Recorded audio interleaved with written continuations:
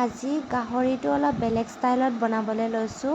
প্ৰথমতে গাহৰিখিনি বইল কৰিছোঁ, তাৰপিছত অকণমান তেল দিছোঁ আৰু গাহৰিৰ পৰা তেল ওলাইছে। এইটো একদম মানে গোটেই সোপা চৰ্বিয়ে লৈ আহিছে, মানে মাংস বেছি নাইয়ে, সেইটো কাৰণে পূৰা তেল ওলাইছে।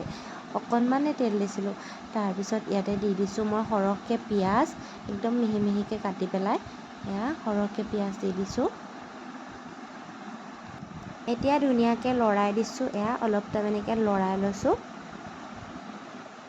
এতিয়া মই ইয়াত দিছোঁ শুকান জলকীয়া এটা আৰু আলু দিছোঁ এটা, এনেকৈ আলু দিলে মানে গাহৰিত ভাল লাগে, সেইটো কাৰণে। আৰু নিমখ হালধি দি পেলাই আকৌ লৰাই লৈছোঁ। তাৰপিছত অকণমান আদা নহৰু পেষ্ট দি দিছোঁ, আদা নহৰু পেষ্টটোতো দিবই লাগিব ন, সেইটো কাৰণে দি দিছোঁ আৰু লৰাই লৈছোঁ আকৌ। এতিয়া মই এটা বিলাহী দি দিছোঁ। বহুত বেছি গাহৰিটোৰ পৰা তেল ওলাইছে। মই গাহৰিৰ পৰা ইমান তেল ওলাইছিলে, আধা তেল মানে বাকি দিছোঁ, মানে পেলাই দিছোঁ উলিয়াই পেলাই।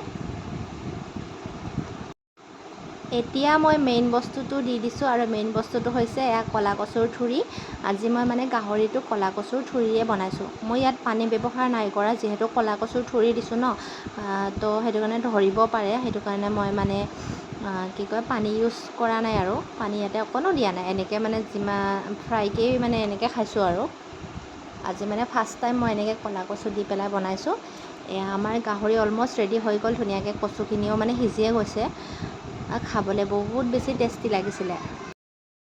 লাষ্টত মই মান ধনিয়া পাত অকণমান দি পেলাই নমাই থৈ দিলোঁ আমাৰ টেষ্টি টেষ্টি গাহৰি মাংস।